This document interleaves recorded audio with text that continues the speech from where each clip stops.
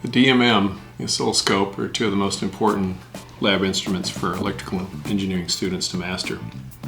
Today we'll look at the DMM and look at how to make some simple measurements with it.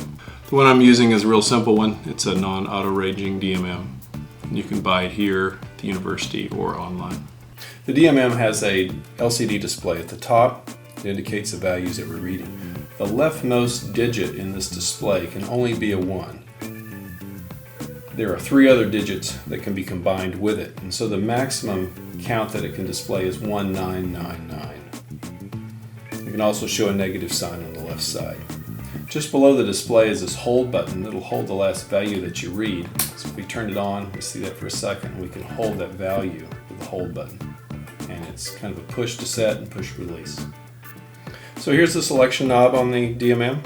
It allows us to select the type of measurement we want to take. So right now it's in the off position. We can also measure AC volts in the 600 and 200 volt scales. Here is DC current in the 200 microamp to 10 amp settings, and we'll talk about the 10 amp setting later. The transistor check position is here. It's labeled HFE, which is another term for beta. Here's the continuity check, has the little annunciator symbol. Here we have the resistance ranges from 200 to 2 megohms. And in the 2K setting, we also have a little diode symbol.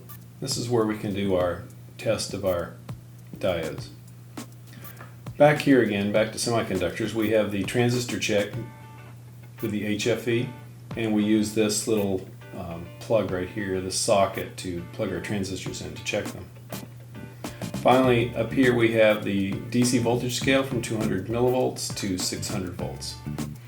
At the bottom, the DMM has ports where we connect our probes. The center port is marked COM for common. The common port is the reference terminal for voltage measurements. This is where the black probe is connected.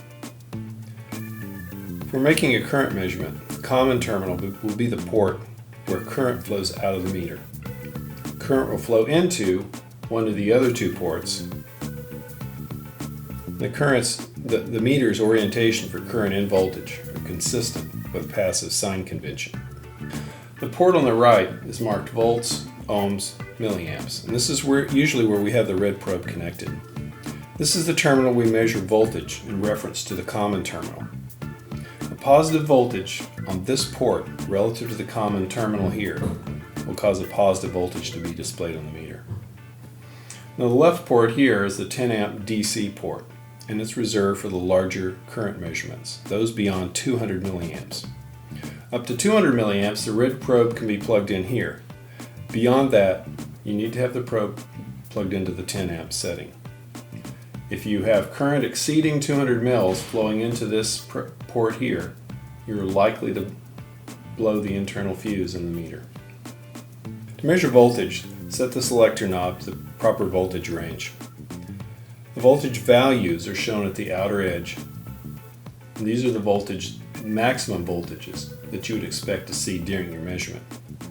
For example, if you're measuring a 1.5 volt battery, you would put it on the 2 volt scale. A 9 volt battery you would measure on the 20 volt scale.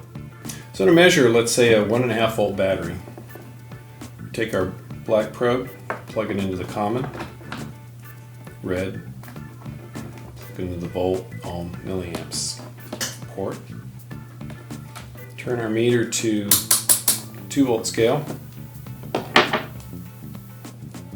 Negative probe to the negative side of the battery, positive to the positive side of the battery, and we see it's about 1.2 volts, just pretty much what we'd expect.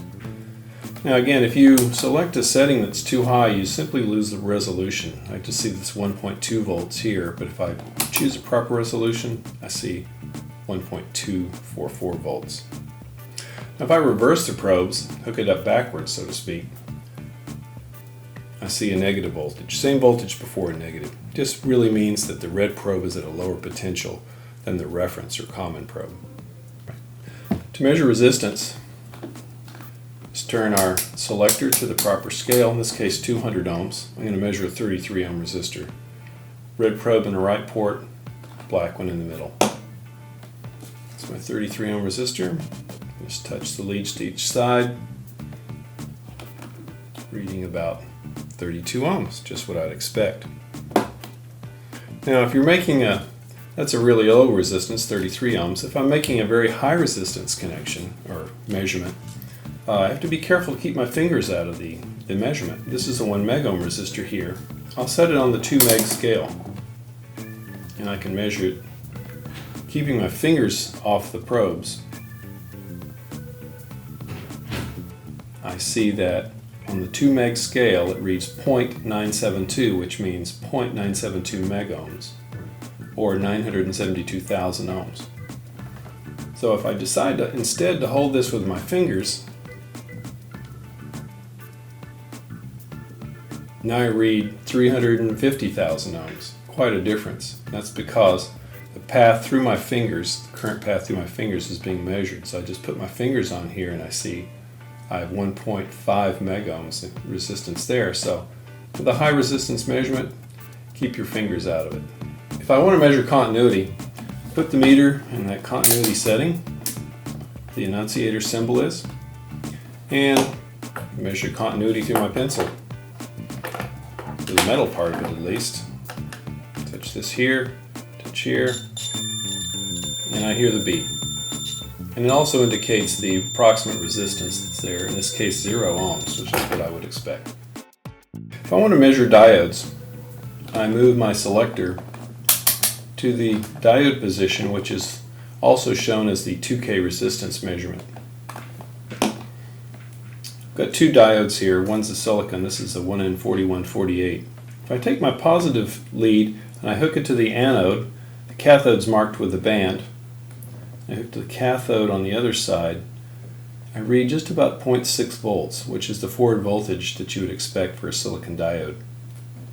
If I reverse the leads, I should see that no current flows, and I get the overrange symbol, which is just the 1 followed by a decimal point in a blank display. You can do the same thing with a germanium diode, which is a much smaller forward voltage drop. Again, putting the probes, cathode to the black lead, anode to the red lead. See about 0.28 volts forward voltage drop, which is expected for a germanium diode. And reverse the leads again. And overrange, indicating the current is not flowing backwards to the diode as it shouldn't. So this doesn't really see how good the diode is, but it tells me that it's functioning basically as a diode should. If I want to check a transistor, I can do so by putting the selector in the position that says HFE. Here I have a common NPN transistor, a 2N4401. So I plug it in this socket here and push it all the way in. It tells me what the beta of the transistor is, or the current gain. Now this is a measurement according to the manual for the meter that's made at 10 microamps base current and a VCE of 3 volts. So your mileage may vary depending on the operating point of your transistor, but for this particular operating point, the beta of 258 is pretty appropriate. Here I have a super beta transistor. It's actually a Darlington, and I'll plug that little guy in, and as you would expect, it has a beta of nearly 900, which is about right. So if you find that let me do this again, get that out of the way. If you find that your meter stops operating at the lower current measurement scale, you've probably blown the fuse out. Turn the meter off. Remove the 2 Phillips screws of the back case of the meter. Pop it open. Fuse is located right here, the little glass thing. Just pop that out and replace it with another 200 milliamp fuse. Don't replace it with a bigger one, because you'll likely damage your meter in the case of drawing excessive current. If you need to replace the battery, obviously the battery's right here. It's a new 9-volt battery. Put it in there, you're ready to go. And even if you see the battery symbol and your meter's still working, replace the battery anyway. Otherwise your readings may be really off. So proper use of a DMM will tell you a whole lot about what's going on in your circuits. Learn to use it well, and it'll really help your debugging and design.